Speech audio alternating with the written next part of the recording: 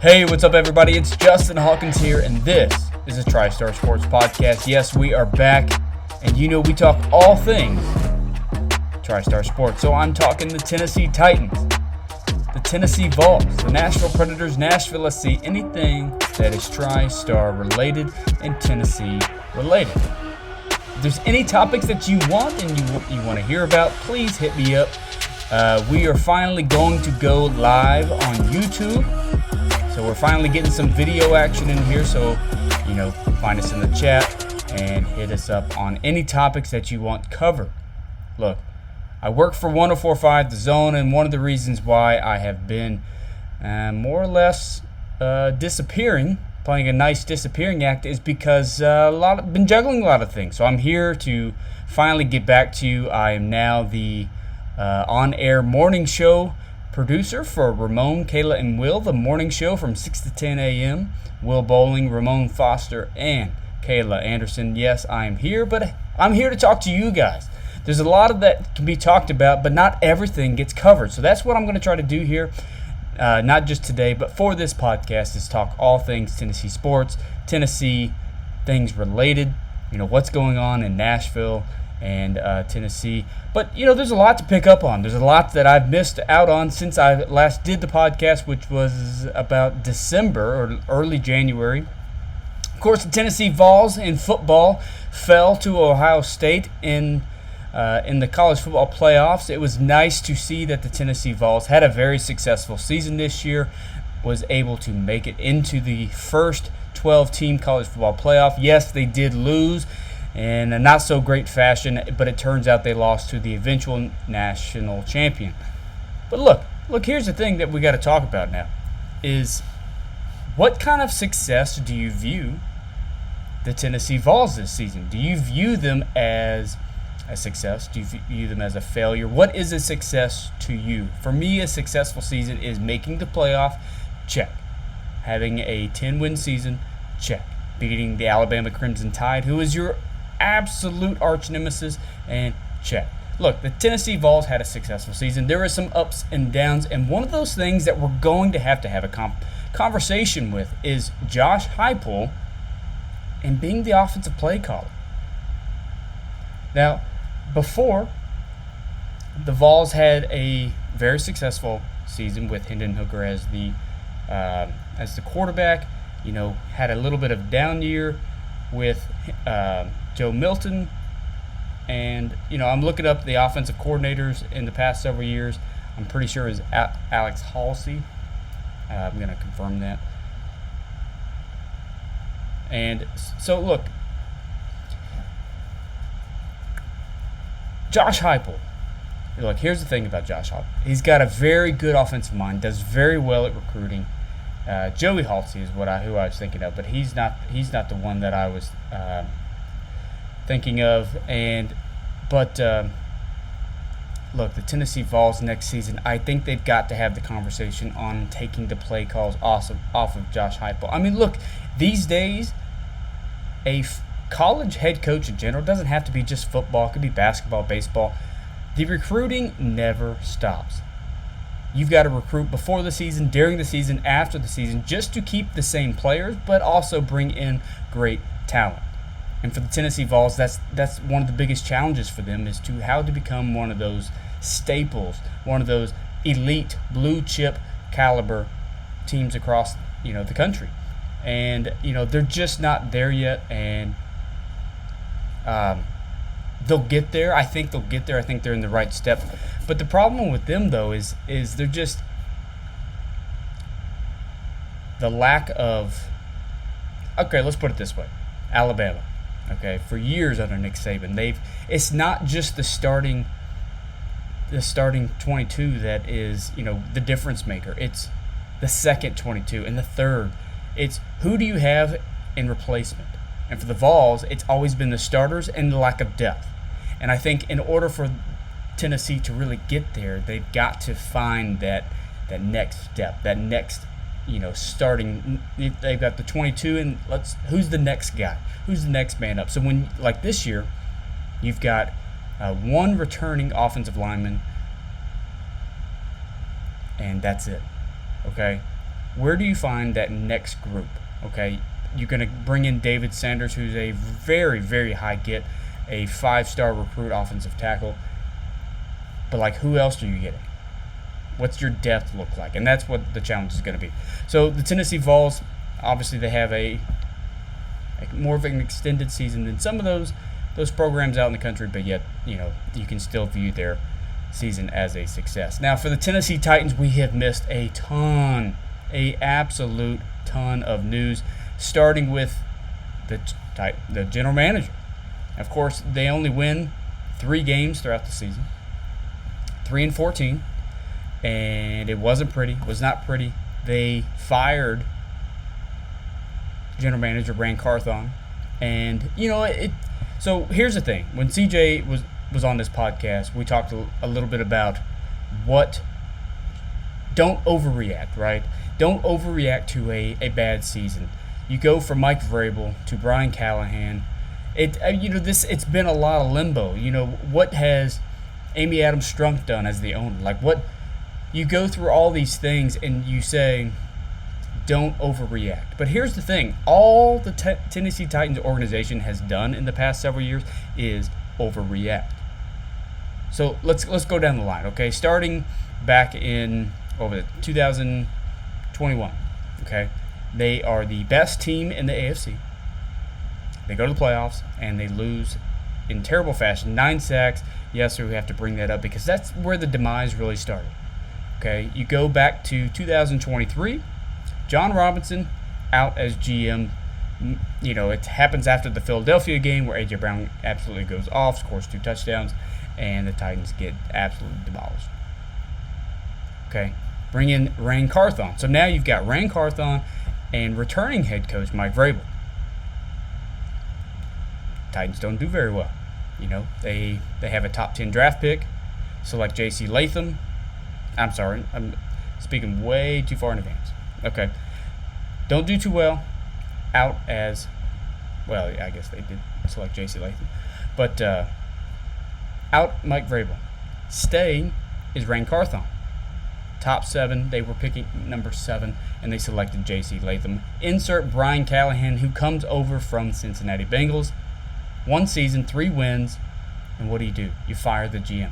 So in the matter of 3 years, you've got 2 new general managers, 2 new head coaches, and now here we are. The Tennessee Titans have hired Mike Borgonzi from the Chiefs organization, who has played a huge role in their scouting, in their decision-making. Assistant general manager he was over there. So, you got to feel good about what you're bringing in to this organization with Borgonzi, but how well do you feel about the organization that the Tennessee Titans are right now? They're a crap show. Let's just be honest with you.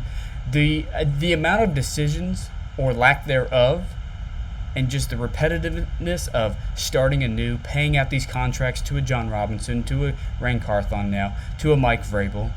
If the Tennessee Titans don't have a successful season this year, let's say they barely even cross the 5 to 6 win threshold, do you have the conversation again that you need a new head coach? I think that's where this organization is, because here's what you've done. You've allowed Ran Carthon to not have his guy as head coach, then insert his guy in Brian Callahan. Okay, Ran Carthon goes out. Now Mike Borgonzi is here, and that's not his guy in Brian Callahan. So what are you expecting out of this season in terms of your head coach? The head coach is supposed to be this quarterback guru. And what happened with Will Levis? It was a travesty. One of the top 10 in interceptions, didn't play every game, was benched. This team's not going to return him. But what have they done throughout this offseason in terms of quarterback talks? You've gone through the draft, what's in free agency, and guess what, people? The draft is not loaded with talent at the quarterback position. So what are you going to do? Your top 2 quarterbacks, Shedeur Sanders out of Colorado, Cam Ward out of Miami. In my opinion, I think Cam Ward's the better of the prospects.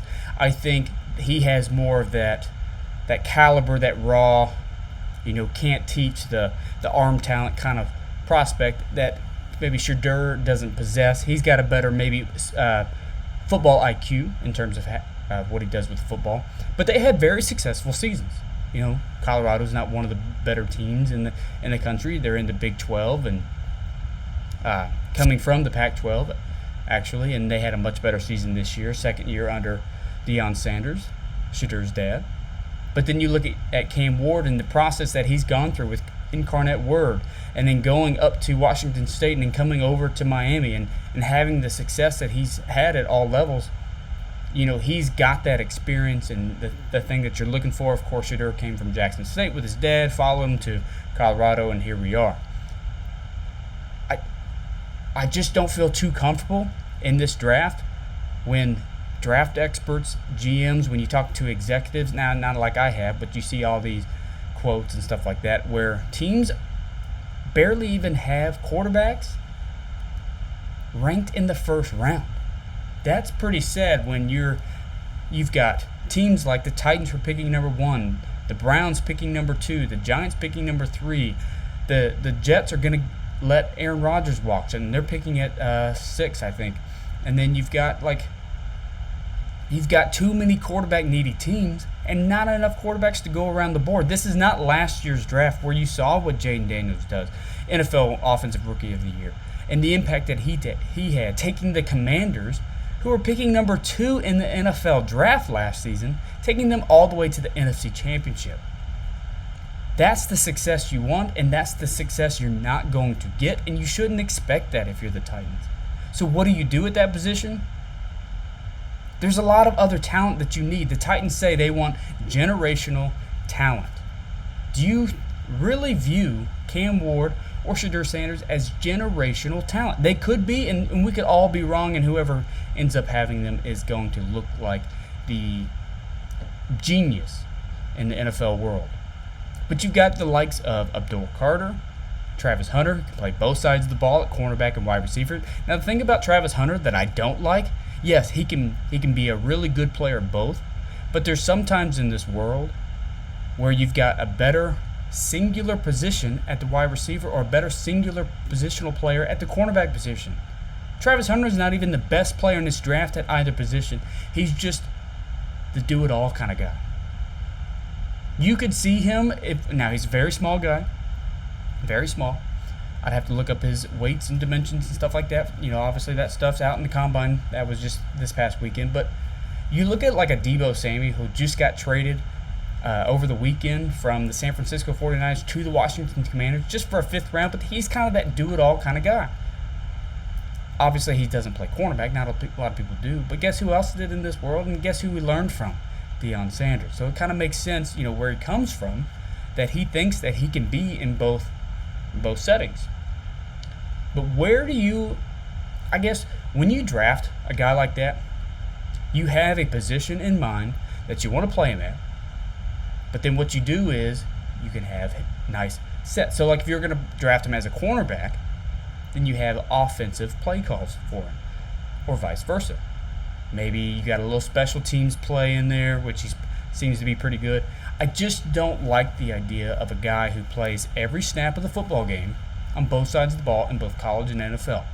Your body's going to wear down, and especially at the size that he is, you're going to get hurt.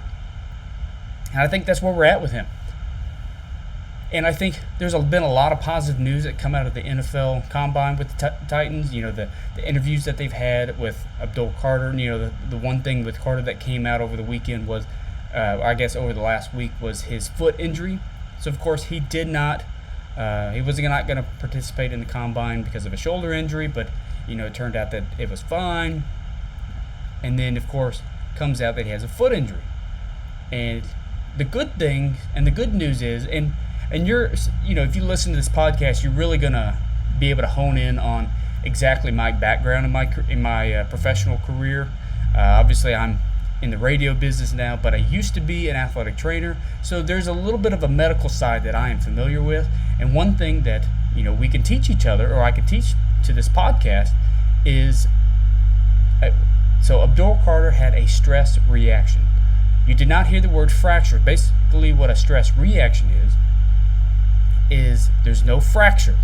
There's no splintering of the bone. There's no damage to the bone. It's more of kind of like, imagine like a bone bruise, okay? Just without the bruising. There's just pain. There's a bit swelling, but it's on the bone. If it develops into a fracture, that's a little bit more repetitive use. It can become more chronic, and what happens with that is the bone splinters off and creates a fracture, and then it damages the ligaments, the tendons, the nerves, the capillaries, the arteries, the veins, whatever, the musculature and the structures around it. And what happens with that, it can become very chronic, and it's very hard to deal with, and that's when you have to look into possibly surgery or further rehab. But the good news for him is he has declared already that he will be participating at his pro day at Penn State. That'll be at a later date to be determined, and that is for sure something you're going to see a lot of Tennessee Titans brass being their coaching staff at his pro day, just like you will with Colorado, because Shedeur didn't participate in the combine, and neither did Travis Hunter. And for Cam Ward in Miami, he did not participate. So you're going to see all this Titans coaching staff at these pro days because they've got to get hands-on, and they're going to be at a lot of pro days because you've got to examine and you've got to evaluate what's the best option for you at number 1 overall. Is it to stay and select who you want? You've got to pick of the litter. Or do you trade back, get some assets? And I think with the Tennessee Titans, because, again, due to the L'Jarius Sneed trade last year, they do not, again, have a third-round draft pick. They have a 1, they have a 2, they have a 4, or a couple 4s, and so forth. Of course, as the draft gets closer, we'll break down exactly what the Tennessee Titans have in terms of draft capital, but it's not a lot, and they need to gain more. And with a bunch of quarterback needy teams, and of course the Titans are included, but you need to look at your draft capital, you need to look at your salary cap, and figure out what is best in terms of need. You can't always draft to need. If you draft to need, you overdraft. And here's the thing, if the Tennessee Titans are going to draft a quarterback, Cam Ward, Shedeur Sanders, you're going to overdraft if you're drafting solely on need. What is the best player? Who is the most generational talent out there? Of course, the top 4 picks are Cam Ward, Shedeur Sanders, Abdul Carter, and Travis Hunter.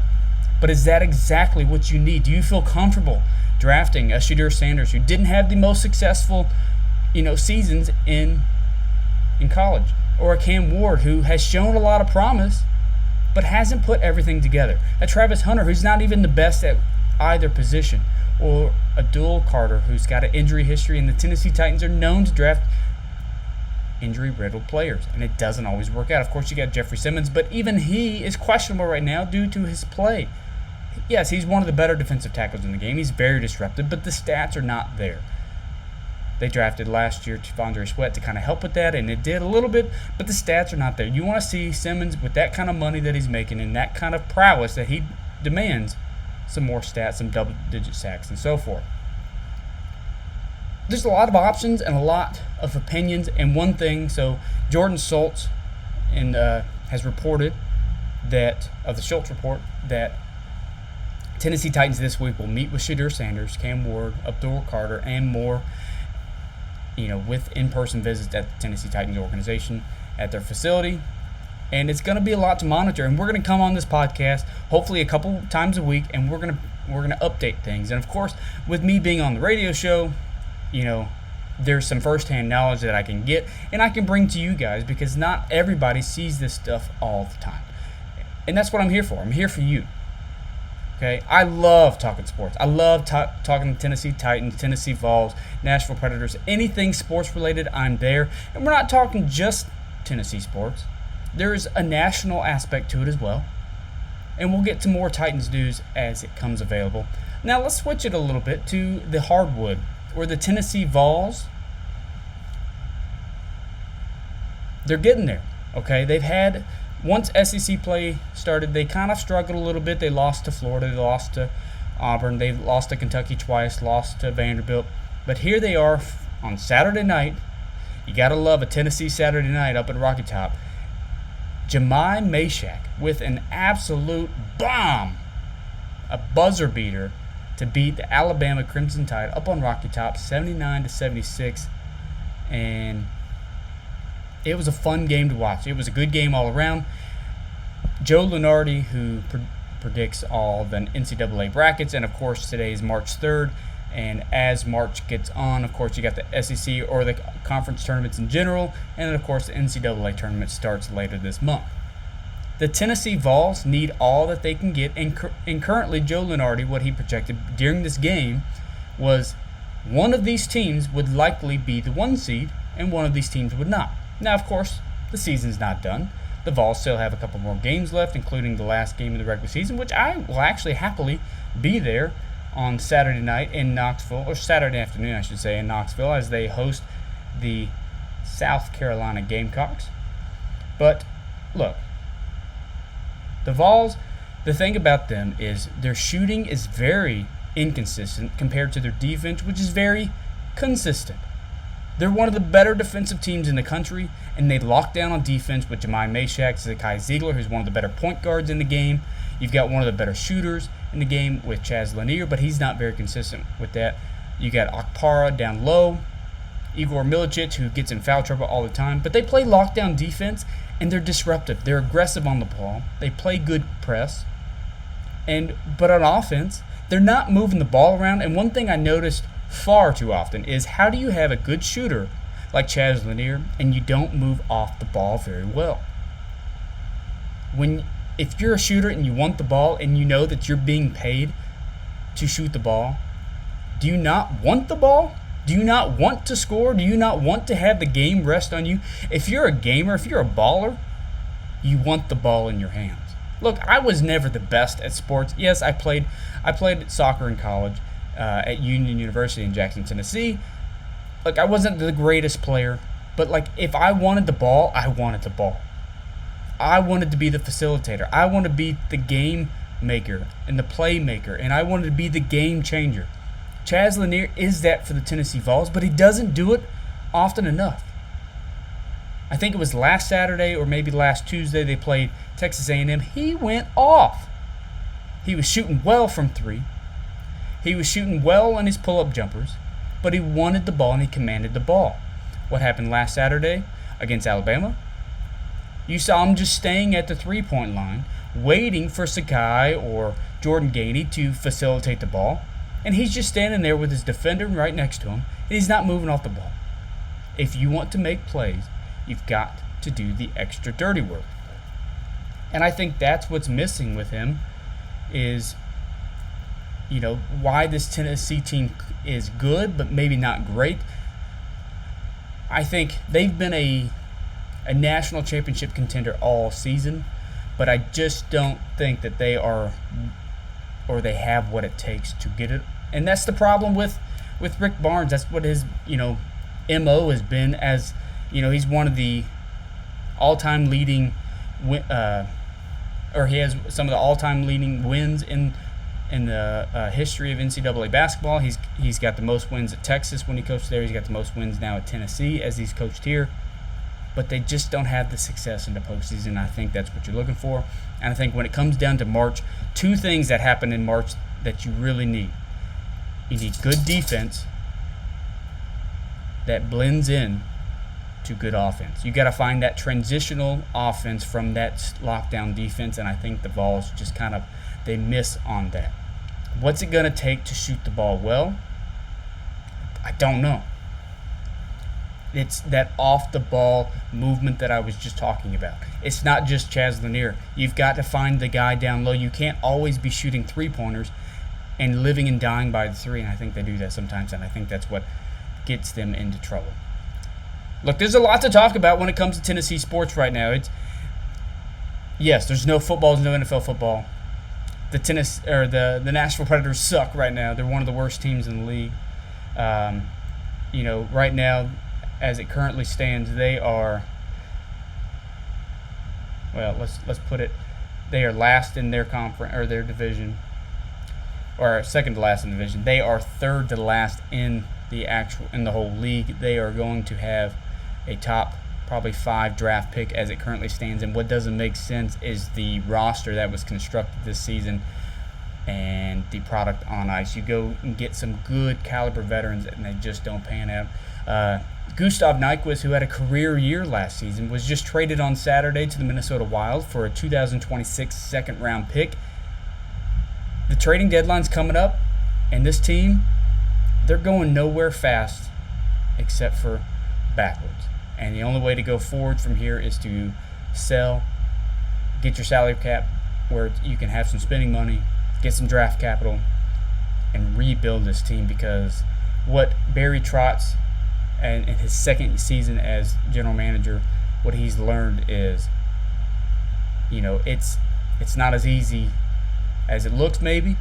Being a NHL coach for many seasons, the first NHL coach for the Nashville Predators going to the Washington Capitals, the New York Islanders, retiring, coming in as the GM it's not necessarily the coaching style that you're playing general manager as. There's other facets to it, and he's just not finding it right now. They're not gelling. Philip Forsberg's not having a good year. Really, nobody's having a solid year. And I think, you've got to find a way.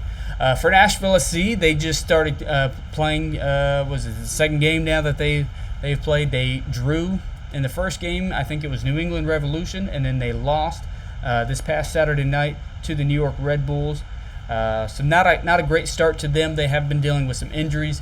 And, one thing that I would love to do on this podcast is being on the Ramon Kalen Will Show on 104.5 The Zone, 6 to 10, Monday to Friday, is that the host of the show is Will Bowling, who is one of the commentators, play-by-play analyst for the Nashville SC broadcast. And the other one on the Buck Riding Show is Lucas Panzica. So I would love to get them onto the show, talk a little soccer with you, talk a little Titans, maybe some they're not really Preds fans, and they don't really know a lot about hockey, but Kayla Anderson is a big hockey buff, and of course Ramon Foster knows all things Tennessee Vols and NFL football, as he was a former Vol himself. He is a VFL, and he played guard for the Pittsburgh Steelers for 11 seasons.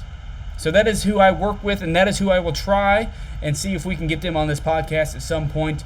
There's a lot to talk about, and we'll get so much more coming up into this podcast as the seasons progress, because there's hockey to be played, there's soccer to be played, there's football to be talked about with the NFL draft coming up, free agency. The new league year starts next Wednesday, I believe, on March 12th. Of course, there's tampering, there's all things good, fun stuff to talk about.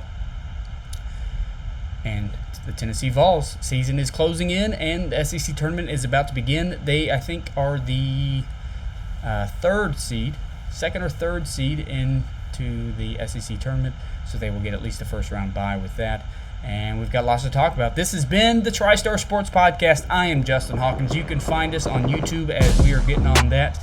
And, there's lots to talk about. I appreciate you joining me, and please like and subscribe, and for all things the TriStar Sports Podcast, and any sports coverage that you want, please leave it in the chat, and we will cover it, and we'll go over it. Until next time, I'm Justin Hawkins, TriStar Sports Podcast.